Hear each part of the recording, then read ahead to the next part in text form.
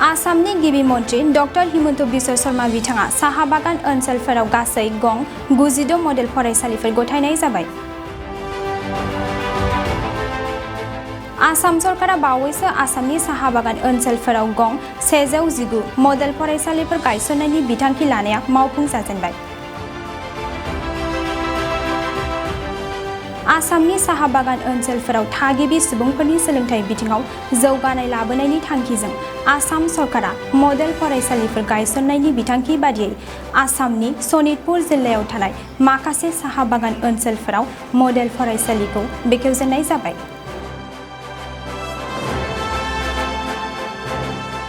लोगोसे 30 मे खालारसिमनि गेजेराव गासै 96 मडेल फरायसालिफोरखौ आसामनि गुबुन गुबुन जिल्लायाव थानाय साहा बागान ओनसोलफोराव गावबागाव ओनसोलनि MP MLA फोरखौ बेखेवहैनाय जागोन होननानै बुंनाय जादों आरो बे मडेल फरायसालिफोराव फरायसाफोरनि थाखाय गोबां गोदान सुबिदा थागोनखौबो मिथिहोदों।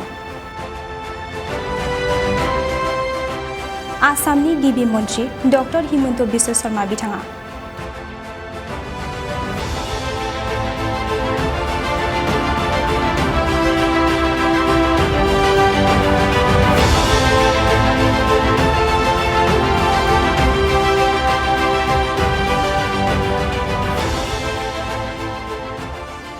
नोंथाङा सरकारि साख्रि नागिरदोंना?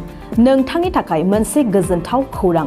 नोंथांनि थाखाय दं एडुकेट पइन्ट, जेराव नोंथाङा सोलोंथाइ लानायनि गेजेरजों सरकारि साख्रिनि गुबुन गुबुन रोखोमनि गोब्राब आनजादफोरखौ उथ्रिसारनो हागोन आरो गावनि आथिङाव गसंथानो हागोन। बे एडुकेट पइन्टआव नोंथांमोना SSC, bank PO, bank clerk, bank SO, UPSC, FSC, defence, railway, state insurance, AAO, ADO, एसिस्टेन्टजों लोगोसे स्टेट लेभेल जब आरो माखासे सरकारि साख्रिनि आनजादाव गोनांथि जानाय आयदाफोराव सोलोंथाइ लानो हागोन। मख'नो गोनांदि बे सोलोंसालियाव साख्रिनिल' नङा, बेयाव MBA आरो सैनिक स्कुल बायदियाव एडमिशननि थाखाय एन्ट्रेन्स होनो थाखायबो सोलोंथाइ लानो हागोन। बे सोलोंसालियाव गाहाम थाखो खथानि सुबिदा दं आरो सम मथे नोंथांनि सोलोंथाइखौ बे सोलोंसालियाव होनाय जागोन। बेखौबो मिथिनांगोन दि बे एडुकेट पइन्टआव सोलोंथाइ लानानै बावैसो 2021-22 इं मायथाइनि SSC GDनि आनजादाव गासै 11 सा सोलोंसाफोरा उथ्रिसारनो हादों।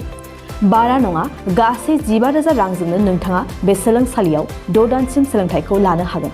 बे सोलोंसालिया क'क्राझार, बरपेटा रड, गवालपारा आरो बङाइगावआवबो दं।